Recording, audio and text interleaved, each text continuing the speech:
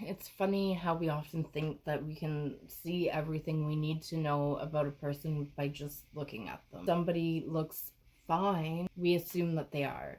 What if I told you that that's just not the case? Obviously. What if I told you that looks can be deceiving? Pretty sure that you've heard that before. Told you that for years, something invisible that even my doctors who looked at lung scans, had the CAT scan results, didn't know how to diagnose. It was a battle so quiet and so hidden that even I didn't fully understand why my body was the way that it was. It's crazy. This is the reality of living with pulmonary hypertension or pulmonary arterial hypertension, which is the subcategory that I have. It's also what other people with chronic illnesses face every single day, but PH and PAH is a chronic life-threatening illness that affects the lungs and heart. Right now, my subcategory, there's only 5,000 people in Canada that have the diagnosis. Yet most people have, like I said, never heard of it because of the fact that it is so rare.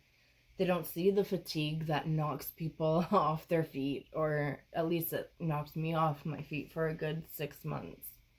And even on the best of days, I'm fatigued. The simplest of tasks become Mount Everest and feel like we're never going to get them done. They don't feel the breathlessness that makes climbing a flight of stairs embarrassingly exhausting.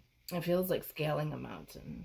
They don't see the constant gnawing pain of the edema and then going back to normal, or the anxiety of not knowing what the day will bring or if you'll even live to see tomorrow. I have severe insomnia now. I always was a terrible sleeper. Now it's even worse because I have a fear that I'm not going to wake up. PH is an invisible illness most of the time.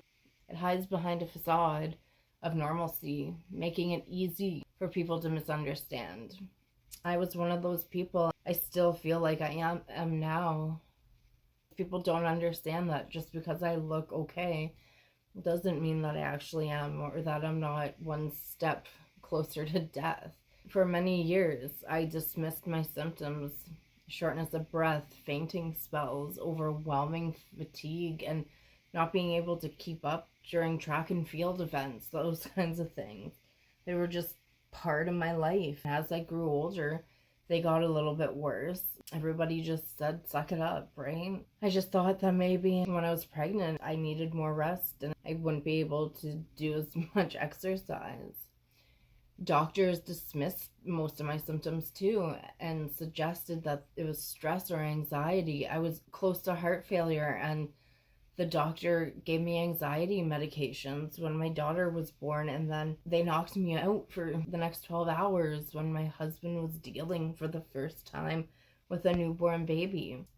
So why would the doctors think that something was wrong, right? I looked fine. I didn't look sick. And pulmonary arterial hypertension and congestive heart failure.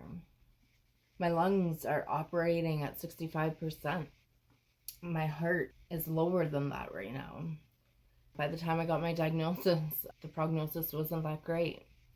I had been fighting a silent battle, and I didn't even know that I was fighting a battle.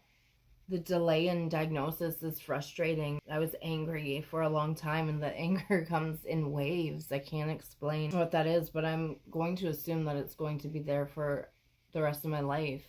My life was altered, obviously, by this. Also, the lifespan is altered. It's hard to think of that when I just started a family.